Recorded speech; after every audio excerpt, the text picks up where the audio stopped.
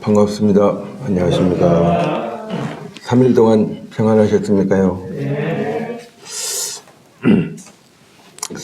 예, 오늘 저녁에 말씀을 교대하기 전에 지난 주일날 제가 이렇게 누가복음 2장 말씀을 통해서 이제 안나 여인에 대해서 교대를 드렸는데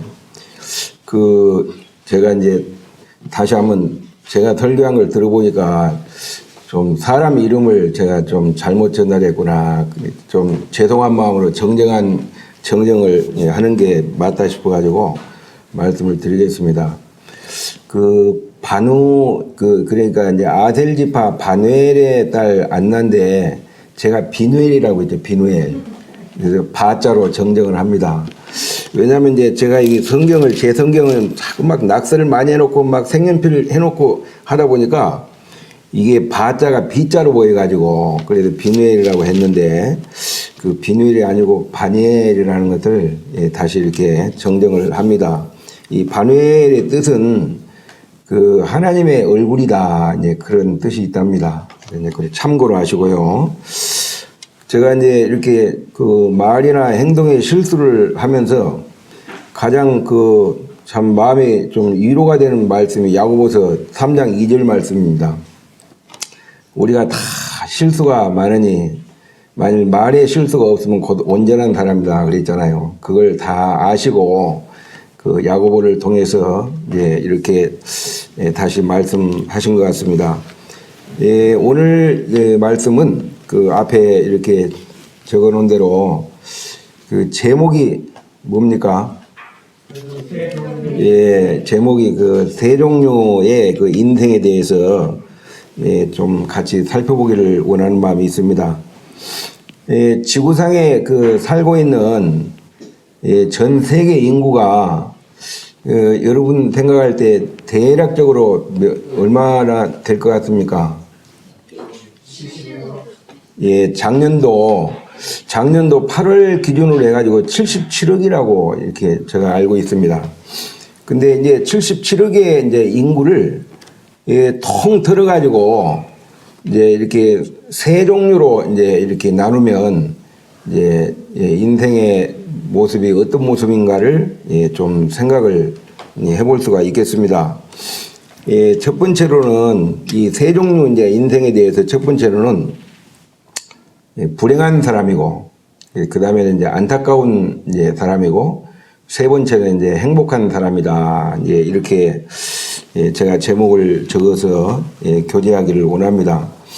첫 번째로는 이제 이 불행한 사람인데, 불행한 사람이고 또 이제 불쌍한 사람이고요. 참 불쌍한 사람이죠. 불행한 사람이나 불쌍한 사람이나 같은 의미가 있겠습니다. 어리석은 사람, 또 무지한 사람. 이 불행한 사람이 이제 어떤 사람인가를 이렇게 보면은 무신론자죠. 무신론자. 인생이 이 땅에 한번 태어나가지고 인생이 어디서 왔는가, 출처를 잘 모르고 왜 사는가, 이유와 목적을 모르고 죽어서 어디로 가는가, 이제 어떤 사후의 어떤 세계에 대해서 전혀 이렇게 무지 상태에서 그냥 이 땅에서 이성 없는 짐승처럼 이렇게 살아가는 이제 이런 인생들이죠. 누가복음 이제 12장이나 16장에 보면은 부자들이 나오잖아요. 이제 누가복음 이제 18장에도 나오고 이제 부자들이 나오는데 부자들이 이렇게 특징이 보면은 예수를 잘 안 믿습니다. 그죠? 주님 앞에 왔다가 다시 돌아가고 복음을 전해도 이 복음이 이렇게 뭔가 이렇게 좀 효과가 있고 흡수가 돼야 되는데 튕길러 나가는 역효과가 나는 그런 경우가 많이 있어요. 그래가지고 이게 누가복음 참 12장의 부자는 그냥 모아가지고 제대로 쓰지도 못하고 결국은 참 내 영혼아 여러 해 이제 쓸 물건을 많이 이제 쌓아 놓았기 때문에 이제 노후를 위해서 이제 편안히 먹고 이제 마시고 이제 즐거워하자. 그렇게 할 때 이제 하나님은 이 어리석은 자여, 내가 오늘 밤에 내 영혼을 도로 찾으려니 그러면 내가 이렇게 준비한 모든 것이 무엇이 되겠느냐. 참 어리석은 그런 인생이고 누가복음 이제 15장 16장에 나타난 이제 부자 같은 경우는 이름도 없어요, 사실. 이 부자들은 이름이 없습니다. 어떤 청년. 근데 나사로는 거지지만 이름이 있는 것이 그가 구원을 받았기 때문에 이름이 있습니다. 그래서 구원을 받으면은 이름이 분명히 있어요. 그 하나님 나라의 생명책에 기록되기 때문에 그렇다고 하는 것입니다. 근데 이제 이 부자가 날마다 참 호화롭게 막 그냥 참 배 터지기 직전까지 잘 먹고 참 잘 살았죠. 그런데 나사로가 이제 이렇게 주님을 만나기 전에 구원받기 전에 부자를 볼 때는 그렇게 부러웠어요. 정말 인생 살려면 저렇게 살아야 되는데 나는 왜 항상 이 모양 이 꼴인고. 그런데 심령이 가난한 자가 복이 있다고 그가 참 나사로가 참 이렇게 주님을 이제 이렇게 믿고 나서 인생이 역전되는 걸 볼 수가 있습니다.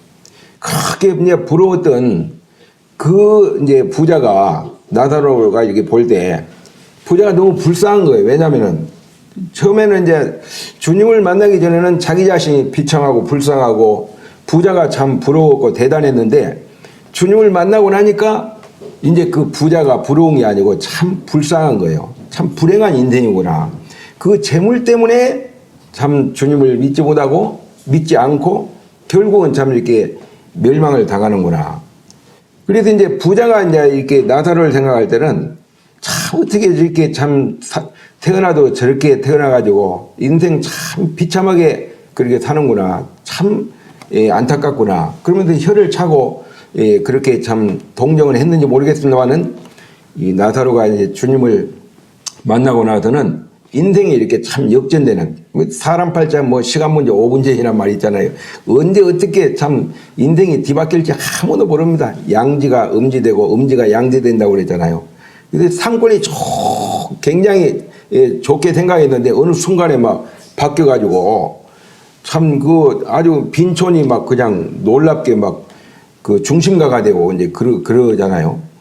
근데 이제 이런 부분을 생각할 때 우리 마가복음 14장 21절을 한번 찾아보겠습니다. 참 이 불행한 사람에 대해서 이제 생각할 때 마가복음 14장 21절 말씀을 우리 같이 한번 읽어볼까요? 21절 함께 읽겠습니다. 시작. 인자는 자기에 대하여 기록된 대로 가거니와 인자를 파는 그 사람에게는 화가 있으리로다. 그 사람은 차라리 나지 아니하였더라면 자기에게 좋을 뻔하였느니라 하시니라. 이 사람은 누굽니까? 가룟 유다죠. 예수님의 제자 중에 유다라는 이름이 그 다데오 유다가 있고 가룟 유다가 있어요. 그래서 이 가룟 유다는 예수님을 은 30냥을 받고 이렇게 이렇게 넘긴 사람입니다. 근데 이 사람을 생각할 때 가룟 유다는 주님의 부름을 이렇게 받고 나서 다른 제자들과 함께 똑같이 거의 3년 6개월 동안을 주님과 함께 했습니다. 그리고 주님의 어떤 이적과 기적을 보고 그리고 혜택은 다 똑같이 누렸습니다. 그렇게 하는데 결국은 참 효과와 이렇게 역효과를 나타나는 걸 보게 됩니다. 그 유다 같은 경우는 정말 예수 그리스도를 참 구주로 영접하는 것보다는 주님을 결국은 이렇게 돈을 받고 이렇게 팔아 넘기는, 어떻게 보면 이제 인생에 참 자기 스스로가 자기 인생을 참 망친 결과가 되는 거죠. 그래서 이제 이런 부분을 생각할 때 주님이 가룟 유다를 보니까 참 너무 참 불쌍한 거예요. 너무 불쌍하고 이 사람은 참 정말 불행한 사람이구나. 왜냐하면 주님이 얼마든지 이렇게 주님의 복음을 많이 귀가 따갑도록 듣고 천국 복음을 듣고 주님의 능력을 이게 경험하고 뭐 죽은 자를 이렇게 살리는 기적, 문둥병자를 치유하는 기적, 안일병이를 일으키는 기적을 갖다가 이렇게 똑같이 다른 제자들과 함께 봤는데도 결국은 참 주님을 거부하는, 이 거부하는 데는 참 어떤 방법이 없더라고요. 아무리 영양가 음식이라 할지라도 막 꼭꼭꼭 씹어가지고 입에다가 넣어줘도 그걸 꿀꺽 생기면 내 것이 되는데 타이 하고 뱉어버리면 내 것이 됩니까 안 됩니까? 절대로 안 됩니다. 이 비가 얼마 전에 이제 비가 조금씩 왔다가 갰다가 또 왔다가 갰다 그러니까 저희 아내가 앞에 텃밭이 있으니까 막 어쨌든 다라이는 전부 다 이제 비를 받을 수 있도록 다 막 해놓고 물이 좀 나오니까 이쪽에서 또 진자매님 집 있는데도 호스를 꼽아가지고 막 이쪽에다 대기도 하고 그런데 아침에 나와 보니까 집 앞에 그 중에 하나가 이렇게 다라이가 거꾸로 엎어진 게 있더라고요. 다른 건 물이 들어갔는데 그것은 안 들어갔더라고. 왜 그랬을까요? 담을 수가 없기 때문에. 여러분 하나님 말씀을 똑같이 들어도 똑같은 시간에 똑같이 듣고 똑같은 복음을 들었는데도 어떤 사람은 막 회개하고 막 주님을 영접하고 구원받은 기쁨으로 인해서 막 즐거워서 어떨 줄을 모르는데 어떤 사람은 복음을 막 들으면서 막 괴로워하는 거예요. 왜 괴로워할까요? 나하고는 안 맞다는 거죠. 그래가지고 막 시계만 쳐다보고 막 하품이나 했었고 막 여기나 긁었었고 전에 울산에 있는 저희 누님 울산 종북의 복음 집회 한번 이렇게 오래전에 모시고 왔는데 교회를 안 나가려고 하고 복음을 안 들으려고 해요. 아주 막 거부하는 데는 방법이 없고 도리가 없더라고요. 하나님도 어떻게 못하잖아요. 그죠? 하나님도 어떻게 할 수가 없어요. 하나님은 얼마나 인격적인 분이기 때문에 이 영혼들을 아무리 사랑해도요, 막 그냥 막 강제로 막 그 마음을 따고 막 들어가서 그를 교회에 와가지고 회개해서 구원받게 하고 그렇게 안 하고 주님 기다리잖아요. 문 밖에서 이렇게 노크를 하시거든요. 누구든지 내 음성을 듣고 문을 열면 내가 그에게로 들어가서 그로 더불어 먹고 그는 나로 더불어 먹으리라 그래도 주님은 기다리시는 분이에요.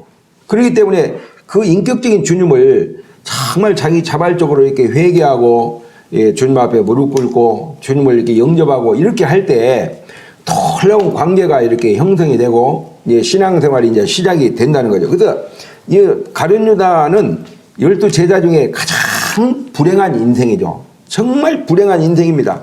저는 가룟 유다를 이렇게 생각할 때 참 너무 딱하구나. 천국에 입 맞추고 참 지옥에 떨어지는 인생이 바로 이런 인생을 두고 하는 말이 아니겠는가. 주님이 직접 그랬어요. 이 사람에게는 인자를 파는 이 사람에게는 화가 있을 것인데 이 사람은 차라리 이 땅에 나지 아니하였다면 빛을 보지 않고 처음부터 태어나지 않았다면 더 나을 뻔했다. 여러분 이 세상에 태어나지 않는 사람은 심판받을 이유가 있을까요? 자격이 있을까요? 없습니다. 지옥 갈 이유가 있을까요? 없습니다. 왜냐하면 태어나지 않았기 때문에. 근데 한 번 태어난 이상은 사람으로 한 번 태어났으면은 반드시 심판대 앞에 서야 된다고 하는 것입니다. 왜냐하면 결국은 한 번 죽거든요. 한 번 죽는 건 사람에게 정하신 것이고 그 후에는 심판이 있다고 했잖아요. 이제 이런 부분을 생각할 때 시편 49편 20절에 보면은 존귀하나 깨닫지 못하는 사람은 멸망하는 무엇과 같다고 그랬어요? 예, 짐승과 같다 그랬는데 사실 여러분 제가 이게 참 개인적으로 이 성경을 확인해 보면은 이 구원받지 못한 사람은 있잖아요. 짐승하고 같은 것이 아니고 짐승보다 더 못하죠. 그죠? 짐승보다 못해요. 왜냐면은 여러분 짐승은 심판 받을 이유가 있어요? 없죠. 지옥 갈 자격이 있어요? 절대로 없습니다. 영혼이 없기 때문에. 예? 그런데 여러분 이 사람은 안 그래요. 하나님의 형상을 따라서 영적인 존재이기 때문에 이 사람으로 한번 태어난 이상이잖아요. 영원히 살아요. 이 땅에서 목숨이 끊어지면 그 영혼이 이 세상을 떠나서 이제 천국에서 구원받은 성도는 천국에서 영원히 영생복락을 누린 반면에 구원받지 못한 죄인과 악인들은 멸망의 지옥에서 영원히 고통을 당하죠. 하여튼 영원히 사는데 영벌과 영생 차이죠. 그래서 이제 이런 부분을 이제 우리가 생각할 때 정말 인생은 존귀한데 깨닫지 못하면 멸망하는 짐승 같다고 그랬는데 우리 이사야서 1장에 보면은 참 그 이사야를 선지자를 통해 가지고 이스라엘 백성들을 주님께서 얼마나 참 사랑하시기 때문에 안타까운 그런 심정으로 소는 그 임자를 알고 나귀는 그 주인을 알건만은 이스라엘은 알지 못하였고 내 백성은 깨닫지 못하는도다 했도다 그랬잖아요. 소는 그 임자를 알아요. 저는 시골에서 소를 길러본 경험이 있기 때문에 소가 주인을 알아봅니다. 예. 소가 주인이 가면은 예, 참 소가 참 순해요 보면은. 여기 보니까 참 인생은 참 소만 또 못하고 참 개만 또 못한 것이 뭐냐면은, 예, 그걸 내가 말씀드릴게요. 왜 소만 또 못하고 개만 또 못하고 돼지만 또 못한가?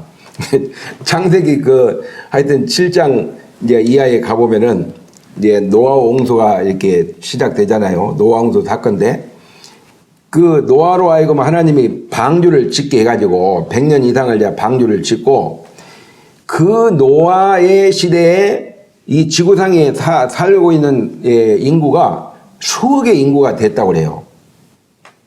어떻게 보면 이제 그것은 뭐 좀 추리죠, 추리. 정확한 건 아니죠. 근데 수억의 인구가 됐는데 노아가 방주를 지을 때 복음을 전했을까요? 안 전했을까요? 전했습니다. 하나님의 심판을 경고했을까요? 안 했을까요? 했습니다. 그런데 그 중에 그 수억의 인구 중에서 뭐 그 경고를 듣고 복음을 듣고 그 말씀을 귀담아 듣고 하나님 앞에 나와서 회개하고 결국은 노아가 들어간 방주에 들어간 사람이 있어요? 없습니다. 노아의 8식구 외에는 안 들어갔죠, 그죠? 들어가지 않았습니다. 못 들어간 게 아니고 들어오면 되는데 들어가질 않았습니다. 그런데 놀라운 것은 하나님이 이 짐승들은 있잖아요. 정한 짐승은 암수 7씩, 그죠? 부정한 짐승은 암수 2씩 해가지고 방주에 들어가게 하라 그랬잖아요. 저는 그때 이렇게 그 말씀을 잘 보면요. 노아가 있잖아요.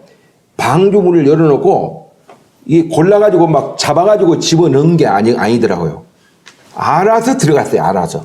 딱 이제 이렇게 들어갔을 때 고만 부정한 짐승 암수 2씩 그래 고만 너는 하나 빠져라. 왜냐하면 이미 들어갔기 때문에 자기가 알아서 들어갔어요. 그래서 참 이런 부분을 생각할 때 노아 홍수 때 여러분 개가 부정한 짐승이라고 할 때 개가 들어갔겠어요? 안 들어갔겠어요? 개 들어갔죠? 부정한 짐승은 2쌍씩 들어가라고 했잖아요. 예? 그럼 들어갔어요. 자, 돼지는 들어갔을까요? 안 들어갔을까요? 들어갔죠? 그러면 그 당시에 그 시대에 그 노아 홍수 시대에 수억의 인구가 살았는데 방주에 들어가지 못한 그 사람들 중에 참 똑똑한 사람이 얼마나 많았겠어요? 자기 잘났다고 막 자기 의의를 자랑하는 사람이 얼마나 많았겠어요? 부자들 얼마나 많았겠어요? 예? 유명한 사람이 많았을 것입니다. 그런데요, 성경을 잘 보면은 이 방주 안에 들어간 개, 돼지만 또 못한 그런 인생이었다 그 말입니다. 못 들어갔잖아. 돼지는 들어갔는데. 아이고 저런 개, 돼지만 또 못한 이런 말을 하잖아요. 근데 그렇게 말한 그 사람이 진짜 개, 돼지만 또 못하죠. 곰도 들어가잖아요. 곰. 좀 느시렁하면 좀 빨리빨리 움직여라 이 곰아 그러잖아요. 근데 곰도 들어갔잖아요. 곰. 노아 방주 안에 들어갔잖아요. 근데 노아의 가족 외에는 못 들어갔어요. 그러니까 곰만도 못하지 우리 인생이. 예? 소는 그 임자를 알고 나귀는 주인의 구의를 안다고 그랬는데 소도 들어가고 나귀도 들어갔는데 인생은 들어가지 못했다고 하는 것입니다. 쪽제비도 들어가고 고양이도 들어가고 뭐 토끼도 들어가고 거의 다 들어가고 원숭이, 박쥐, 뭐 사자, 호랑이 다 들어갔는데 사람은 못 들어가죠. 그래서 종기에 처하지만 깨닫지 못하는 사람은 멸망하는 짐승 같다 그랬는데 주님이 마태복음 24장에서 노아 홍수 이게 사건에 대해서 주님이 말씀하셨는데 39절에서 보면은 홍수가 나서 저희를 다 멸하기까지 깨닫지 못하였으니 그렇게 말씀하시면서 인자의 임함도 이와 같으리라 그랬어요. 그 주님이 이제 오심이 이 긴박한 이때에 인생들 있잖아요. 복음을 그렇게 들어도 머리로는 많이 아는데 깨닫지를 못해요. 아는 거하고 깨닫는 거하고 체험하는 거하고는 다르죠. 그래서 이제 이런 부분을 생각할 때 첫 번째로 세 종의 인생 중에 첫 번째 인생이 어떤 인생이냐면요. 불행한 인생이고 불행한 사람이에요. 이 구원받지 못한 모든 사람은요. 정말 불행한 사람인 거예요. 왜냐하면은 이 땅에 태어난 목적이 그냥 이 땅에서만 잘 먹고 잘 살다가 죽으면 그대로 소멸돼 버리면 얼마나 다행이겠습니까만은 그렇지 않거든요. 인생은 그렇지 않아요. 그렇기 때문에 정신을 바짝 차리고 내 영혼을 돌아보는 또 내 영혼을 개수하는 그런 지혜가 모든 사람들에게는 필요하다고 하는 것입니다. 그 다음에 두 번째는 어떤 사람일까요? 안타까운 사람이죠. 안타까운 사람. 이 안타까운 사람은 어떤 사람이냐면은 첫 번째 사람하고 똑같이 살았어요. 인생이 어디서 왔다가 무엇 때문에 살며 죽어서 어디로 가는지 죽어서 사후의 세계가 있는지 없는지 그렇게 이제 모르고 살다가 마지막에 죽을 때 있잖아요. 바로 죽기 직전에 아이고 내가 인생을 잘못 살았네. 그래가지고 그때서 막 정신을 차리고 깨어나가지고 이제 그때서 막 이제 자기 영혼을 돌아보는 거예요. 와, 어떻게 하면 내가 지옥에 안 가지? 어떻게 하면 구원받지? 그렇게 해가지고 바로 죽기 직전에 주님을 만난 사람. 이 사람이 대표적으로 누가복음 한번 23장을 한번 보겠습니다. 누가복음 23장 한번 찾아보겠습니다.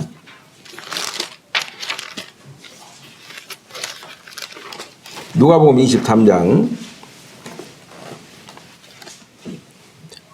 39절 말씀부터 43절에 있는 말씀까지 제가 좀 봉독에 올리겠습니다.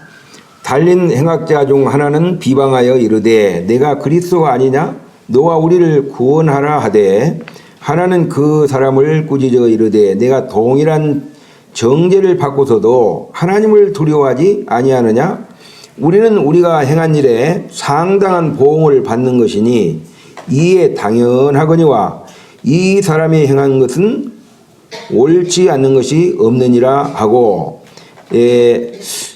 42절과 43절은 같이 한번 읽어보겠습니다. 시작. 이르시되 예수여 당신의 나라 임하실 때에 나를 기억하소서 하니 예수께서 이르시되 내가 진실로 내게 이르노니 오늘 내가 나와 함께 낙원에 있으리라 하시니라. 예수님 십자가 이렇게 달리신 상태에서 거의 6시간 이상 동안을 이렇게 십자가에 이게 매달려 가지고 고통 가운데서 피를 흘리고 이렇게 참 죽어가고 있을 때 양편에 오른편과 왼편에 있는 두 흉악범들, 이 강도들도 이렇게 처형을 똑같이 동시에 당했어요. 근데 마태복음 27장에 이렇게 보면은 처음에는 이 십자가에 못 박힌 강도들도 이와 같이 욕하더라 이렇게 말하고 있거든요. 그때는 마태복음에서는 그렇게 했는데 누가복음에 와가지고는 한 강도가 변화가 일어났어요. 변화가 일어났는데 어떤 변화가 일어났냐면은 예수님을 이렇게 보니까 우리하고는 좀 달라. 우리 죽음하고는 본질적으로 달라. 이분은 뭔가 이렇게 자기가 뭔가 죄가 있어서 죄값으로 죽는 분이 아니야. 정말 인자한 눈길로 자기 민족을 위해서 자기 백성들을 위해서 이게 죽어가는 영혼들을 위해서 기도하셨어요. 아버지여 저들을 사하여 주옵소서. 저들이 하는 것을 저들이 알지 못합니다. 이렇게 이제 기도할 때 이 강도가 있잖아요. 사람의 양심이 있잖아요. 양심이 있기 때문에 가슴이 막 뭉클했어요. 그러면서 있잖아요. 자기 자신을 돌아본 거예요. 내가 얼마나 참 이렇게 악하게 잔인하게 정말 이렇게 살아왔는가. 예? 내가 참 인생을 잘못 살았구나. 참 실패한 인생을 살았구나.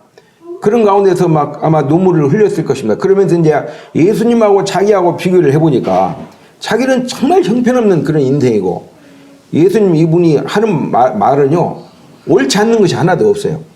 이분은 정말 하나님의 아들이구나. 이분이 바로 하나님이구나.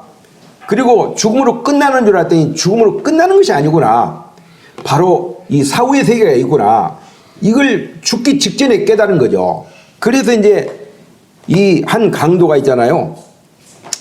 여기서 이제 42절에서 예수여 당신의 나라 임하실 때 나를 기억하소서, 나를 구원해 주소서 하는 것은 참 너무 양심이 없어가지고, 예, 그렇게 감히 부탁을 못하고 나를 좀 기억 좀 해달라고 이렇게 하니까 주님이 뭐라고 그랬어요? 내가 진실로 내게 이르는데 네가 오늘 나와 함께 어디 있다고 그랬어요? 낙원에 있을 것이다. 참 얼마나 참 놀라운 사실입니까? 이와 같은 부분을 우리가 생각할 때 이 예수님 참 십자가 달릴 때 한 이 강도와 같이 이 실패한 인생을 참 이렇게 살다가 마지막 이 죽기 직전에 회개하고 예, 구원받고 그 다음에 죽어서 예, 이렇게 천국에 간 예, 이런 사람들이 있어요. 그리고 어떻게 보면 오늘날 보면요 현대판 참 강도들이 많이 있습니다. 바로 죽기 직전에 막 있을 때 가서 복음 전해가지고 막 너무너무 다급하니까 물에 빠진 사람 지푸라기라도 잡는 그런 심정으로 막 뭔가 잡으려고 하거든요.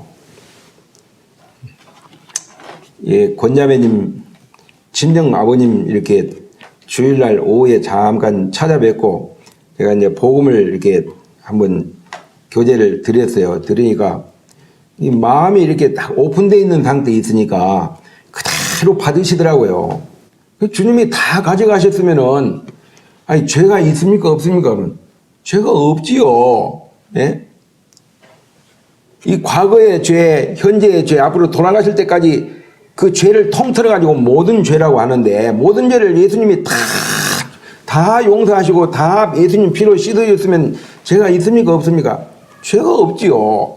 그럼 죄가 없으면은 천국 가겠습니까? 지옥 가겠습니까? 그랬더니 천국 갑니다. 그래서 이제 손잡고 기도하고 예, 하고 왔는데 참 마음에 이게 평안이 있어요. 예. 근데 이제 이렇게 인생 참 젊었을 때는 참 이렇게 주님을 모르고 주님을 또 이렇게 주님에 대해서 무관심하고 자기 인생 자기 스스로 이렇게 살다가 결국 이제 죽음의 문턱 앞에 와가지고 참 어떻게 보면 버스로 말하면 막차를 탄 거죠. 인생 막차를 탄 거예요. 천국 열차를. 이런 부분을 우리가 생각할 때, 예, 우리가 이 강도를 통해 가지고 참 배울 수 있는 두 가지 교훈이 있다고 생각합니다. 첫 번째로는요, 이 세상에 그 어떤 악한 흉악범이라 할지라도 이 강도를 보고 용기를 얻어가지고, 이런 흉악범도 구원을 받았는데, 나는 정말 이 흉악범보다는 죄를 덜 졌잖아. 그래도 용기를 얻어가지고 예, 구원을 받는데 뭔가 좀 소극적인 자세, 적극적인 자세로 예, 주님 앞에 나올 수 있는 그걸 우리가 이게 볼 수 있고요. 두 번째로는 우리가 이 강도 구원받는 걸 통해서 볼 때 구원을 받는 데 있어 가지고는 그 어떤 조건도 필요 없다고 하는 것입니다. 교회 출석을 얼마나 했느냐? 뭐 오늘 또 어떤 분 왔는데 여기 예배당에서 이제 잠깐 이제 차를 한 잔 마셨는데 아까 자기는 모태 신앙자네요. 그러면서 보니까 요새는 교회 생활 합니까? 안 한대요. 그래도 모태 신앙이 아니고 모태 죄인입니다. 그랬더니 그 말이 맞는 것 같아요. 그러더라고. 네. 모태 교인, 모태 죄인은 있어도 사실은 모태 신앙은 없잖아요. 그죠? 근데 이제 자기가 구원받지 못한 것을 알더라고요. 이런 부분을 생각할 때 이 강도를 통해서 배울 수 있는 두 가지는 첫째는 이 세상에 그 어떤 악한 죄를 지었다 할지라도 예, 구원받을 수 있다고 하는 거. 왜냐하면 이런 사람을 주님 구원하셨잖아요. 마지막에 그죠? 예? 만약에 내가 예수님 같으면은 너 양심이 있냐? 예? 양심 있으면 나한테 천국을 부탁하겠어? 막 이렇게 말 한마디 해놓고 나서 그렇지만 불쌍하니까 내가 너를 구원해 주마. 네가 오늘 나와 함께 낙원에 있을 거야. 미리 전제로 한마디 해놓고 하는데 주님은 전혀 그걸 묻지 않고 과거, 현재, 미래를 다 아시니까 내가 진실로 내게 이르는데 네가 오늘 나와 함께 낙원에 있을 것이다 하고 그 영혼을 이렇게 참 구원시키는 것을 볼 수가 있어요. 첫 번째가 그렇고 두 번째는 구원을 받는 데 있어 가지고 주님을 믿는 데 있어 가지고는 그 어떤 조건도 아무 의미가 없다고 상관이 없다는 것입니다. 교회 생활을 얼마나 했느냐, 뭐 직분을 받았느냐, 뭐 성경을 얼마나 많이 읽었느냐, 예? 성경 지식을 얼마나 가지고 있느냐? 그게 중요한 게 아니에요. 예? 하나님 앞에 뭐 헌금을 얼마나 냈느냐? 그게 중요한 게 아니에요. 어떤 분은 있잖아요. 내가 모태 신앙자입니다. 그리고 저는 교회 장로입니다. 내가 교회 개척을 할 때 내가 얼마나 참 하나님 앞에 많이 바친지 아십니까? 그리고 제가 경주에 있을 때 어떤 분은 그러더라고요.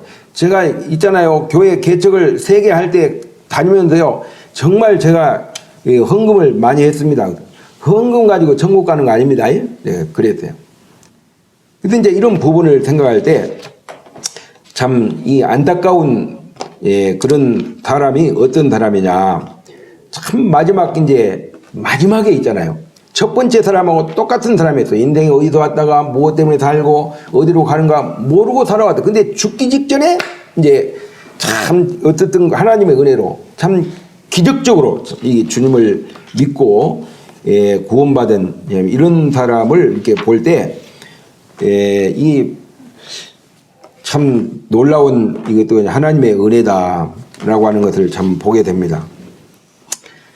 고린도전서 3장 15절에 보면은 그러나 그들은 구원을 어때 불 가운데서 얻은 것 같으리라 그랬는데 이 공력이 다 불타버린 사람은 죽어가지고 그 영혼만 천국 가는데 이 강도도 그래요. 강도가 천국 갔을 때 상급이 있을까요? 상급 없습니다. 왜냐하면 아무것도 한 게 없고 그냥 입으로 한번 딱 주님 불렀게 구원을 요청한 거 그것 때문에 이제 구원을 받은 거 그 외에는 없잖아요. 그죠? 겨우 지옥만 면했어요. 턱걸이로. 그죠? 아무것도 없는 거죠. 고린도전서 이제 3장에서 말하는 건 뭐냐면은 하나님 앞에서 우리가 이제 주님을 믿은 지 아무리 오래됐다 할지라도 정말 이 믿음의 경주를 믿음으로 이렇게 하지 않으면 있잖아요. 하나님 앞에서는 그건 아무런 의미가 없다고 하는 거죠. 그냥 단 구원받으면 불 가운데서 얻은 구원이라고 하는 것도 불난 집에서 뭘 건져 나오겠어요? 아무것도 건져 나오지 못합니다. 수년 전에 이제 부활에 저희 이제 그 매형분이 새벽에 전화를 주셨어요. 아이고, 저놈 큰일 났네. 시간이 그때 한 3시 반 정도 됐는데, 전화를, 여보세요? 그랬더니, 아이고, 저놈 큰일 났네. 그래서, 아니, 왜 그러세요? 그랬더니, 우리 아버지 집 다 타버렸어. 빨리 와봐. 그래 막 그냥 주섬주섬 준비해가지고 막 차 끌고 부안까지 갔잖아요. 5시간 이상 걸린 거리를 가보니까 조립식 건물인데 사돈 집인데 한 뭐 20년 이상 된 집인 것 같아요. 전기 가열로 인해 가지고 막 새벽 2시 반 돼 가지고 막 뭐가 톡톡톡 치면서 연기가 나오더만 막 불이 확 붙어 가지고 집이 다 타버렸는데 사람 몸만 빠져나왔어요. 3사람 있는 거 다 태워버렸어요. 예. 그리고 막 조립식이 완전히 엿가락처럼 그대로 내려앉아가지고 막 수북이 막 이렇게 쌓여있는 그런 상태예요. 아무것도 건지질 못했어요.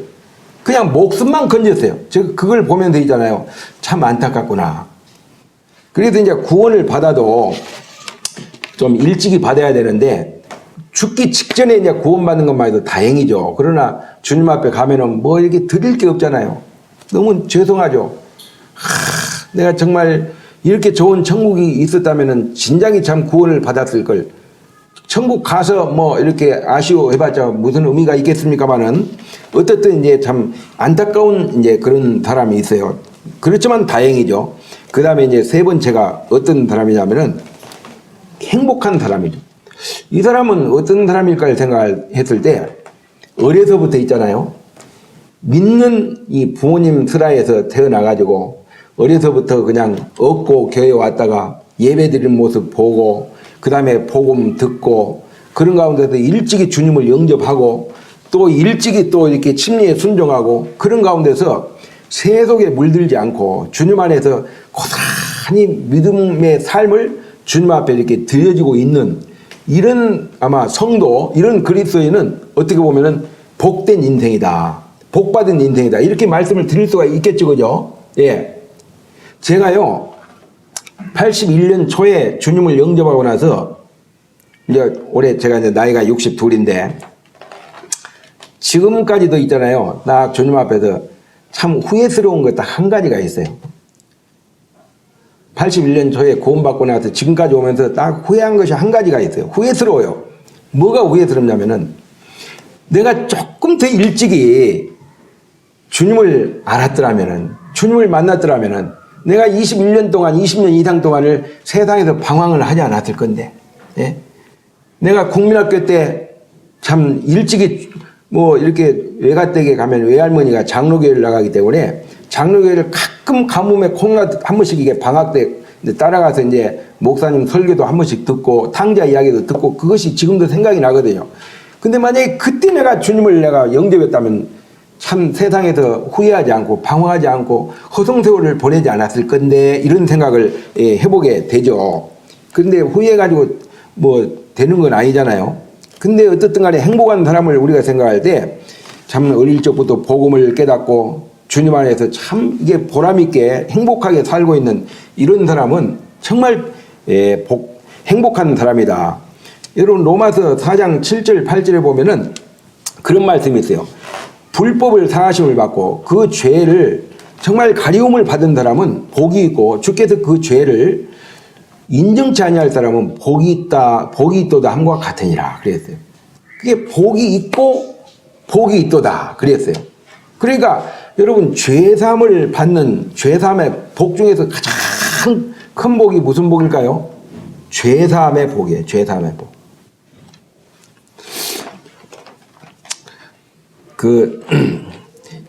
만약에 저희 아내가 있잖아요. 내가 참 주님 안에 내가 살지만은 내가 돈방석에 한번 앉아보고 싶다. 그러면은 돈방석에 앉을 수 있도록 딱 준비를 해놓고 있어요. 그런데 그 말을 아직까지 못 들었어요.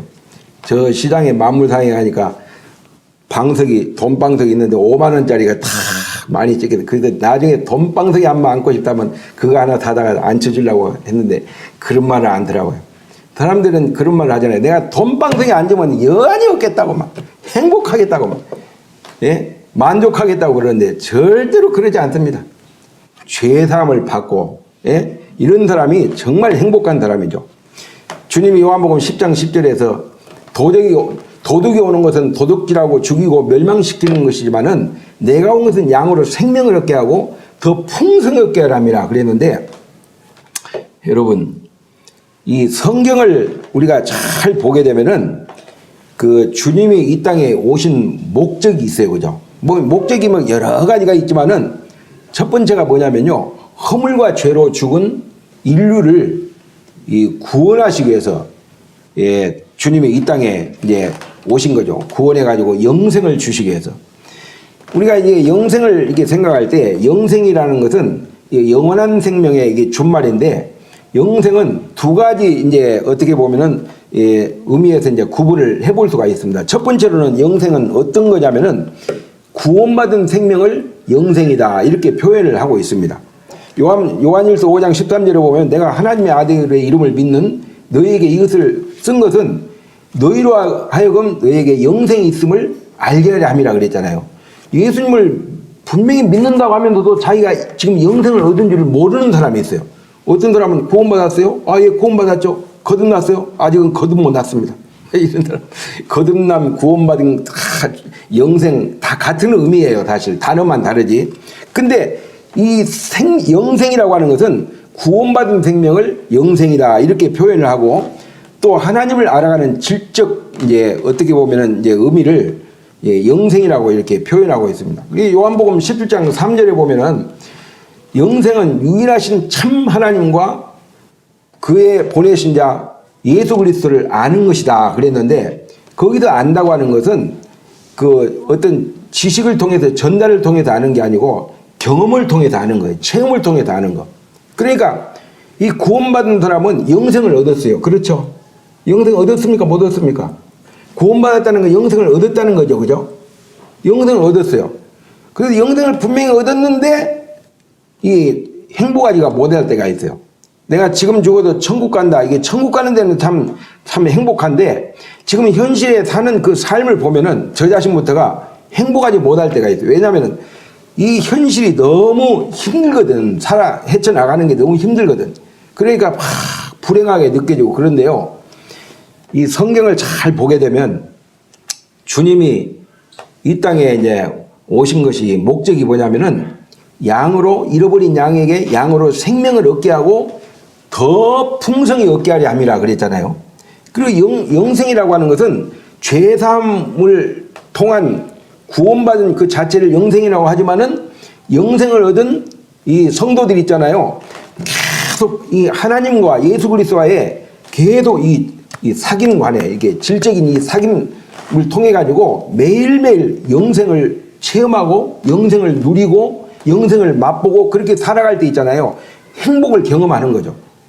뭐 구원받은 성도는 언제 죽어도 천국 가는 건 이미 당연한 거잖아요. 근데 현실의 삶을 살아갈 때 매일매일 순간순간 정말 주님의 이렇게 관계 속에서요 계속 이 영생을 맛보는 이런 걸 통해 가지고 행복을 경험하는, 참 나는 주님 안에서 사는 이 자체가 참 행복하다. 지금도 행복하고 앞으로도 행복하고 계속 참 주님과의 그런 사귐과 끈끈한 관계 속에서 우리가 살아갈 때 그리스도인의 행복을 느끼는 거지, 구원받은 건 사실인데 주님과의 관계가 잘못됨이 있잖아요.